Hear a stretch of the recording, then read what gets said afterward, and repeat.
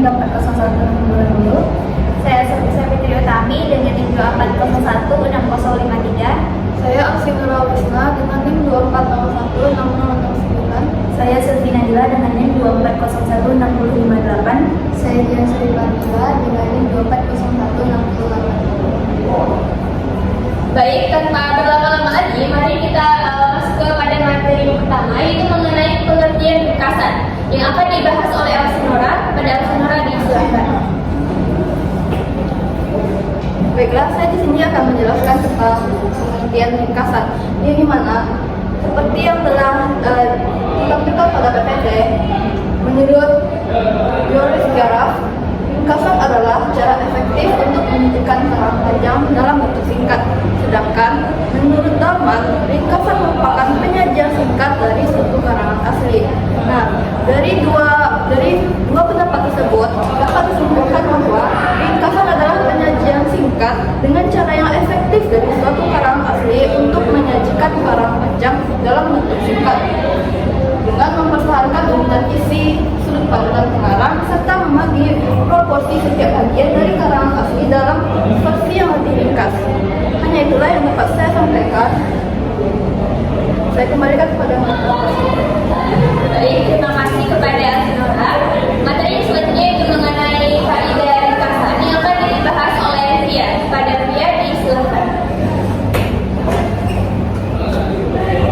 Baiklah, saya akan menjelaskan tentang kaidah ringkasan, yaitu yang pertama memahami teks secara menyeluruh, yang kedua mencatat gagasan utama di tiap paragraf, yang ketiga menggunakan bahasa sendiri tanpa mengubah makna, yang keempat menjaga urutan gagasan sesuai teks asli, yang kelima bersifat objektif, singkat, dan padat. Hanya itu yang dapat saya sampaikan. Saya kembalikan ke moderator.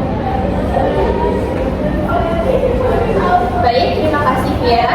Materi berikutnya itu mengenai pengertian ringkasan yang akan dibahas oleh Sylvie. Pada Sylvie disilakan. Baiklah, di sini saya akan membahas tentang pengertian dari ikhtisar. Menurut Asad Juanda, ikhtisar adalah penyajian singkat dari karangan asli tanpa memperhatikan sudut pandang pengarang, urutan isi, atau proporsi antar bagian secara rinci.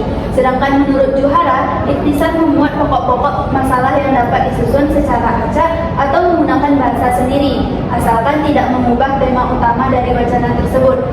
Dari dua teori tersebut dapat kita simpulkan bahwasanya ikhtisar ini adalah ringkasan yang berdasarkan teks aslinya, akan tetapi ia tidak harus disusun seperti teks aslinya. Poin pentingnya adalah ikhtisar ini menceritakan kembali, akan tetapi menggunakan bahasa kita sendiri tanpa menghilangkan tema maupun permasalahan yang ada di dalamnya. Mungkin cukup sekian dari saya kembalikan kepada moderator. Baik, terima kasih Sylvie. Materi berikutnya mengenai kaidah ikhtisar. Kepada Jihan disilakan. Baiklah, terima kasih moderator. Seperti ringkasan, kaidah ikhtisar juga memiliki kaidah, yaitu yang pertama memahami isi teks secara menyeluruh, terus memilih gagasan utama yang relevan, serta menyusun gagasan secara bebas tanpa terikat urutan. Lalu, memfokuskan pada pokok penting tanpa detail berlebihan. Dan juga bisa mencerminkan sudut pandang penulis, yang artinya penulis bebas untuk menyampaikan ikhtisar sesuai dengan pandangannya sendiri. Itulah yang dapat saya sampaikan tentang kaidah ikhtisar. Saya kembalikan ke moderator. Baik, terima kasih kepada Jihan. Materi yang terakhir mengenai perbedaan ringkasan dan ikhtisar yang akan dibahas oleh Sophie. Pada Sophie disilakan. Baik, di sini saya akan menjelaskan mengenai perbedaan ringkasan dan ikhtisar. Yang pertama yaitu perbedaan melalui segi susunan. Untuk segi susunan, ikhtisar disusun dengan mengutamakan bagian pokok atau permasalahannya. Kemudian baru dilanjut dengan penjelasan. Sedangkan ringkasan disusun secara sistematis atau berurutan. Susunannya pun terdiri atas pendahuluan, isi, dan penutup. Yang kedua yaitu bagian pengambilan isi dari teks. Ikhtisar hanya mengambil bagian tertentu yang dibutuhkan dari teks asli, sedangkan ringkasan mengambil hampir seluruh bagian teks asli. Yang perbedaan yang terakhir yaitu bagian isi teks yang diambil.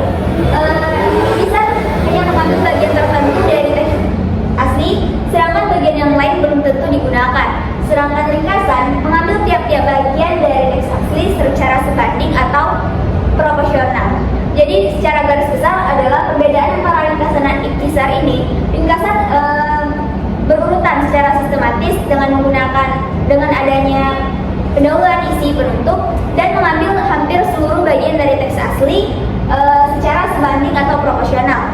Sedangkan ikhtisar disusun menggunakan pokok-pokok permasalahannya saja dan mengambil hampir seluruh bagian dari teks asli.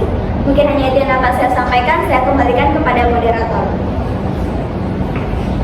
Baik, berdasarkan materi yang telah disampaikan oleh para penyaji, dapat kita simpulkan bahwa kaidah ringkasan dan ikhtisar memiliki prinsip dasar dalam menyusun informasi secara ringkasan, lebih formal, sistematis, dan mengikuti urutan gagasan teks asli.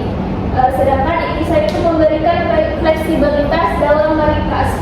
Cuman ada pokok-pokok penting secara bebas dan tidak tergantung pada struktur teks aslinya. Terus dalam pemahaman terhadap perbedaan penting dalam memilih pendekatan yang sesuai untuk menyampaikan informasi tergantung pada kebutuhan dan tujuan penyajian dari penulis. Baik, demikian presentasi dari kelompok kami. Jika ada salah kata ataupun materi yang kurang, saya mohon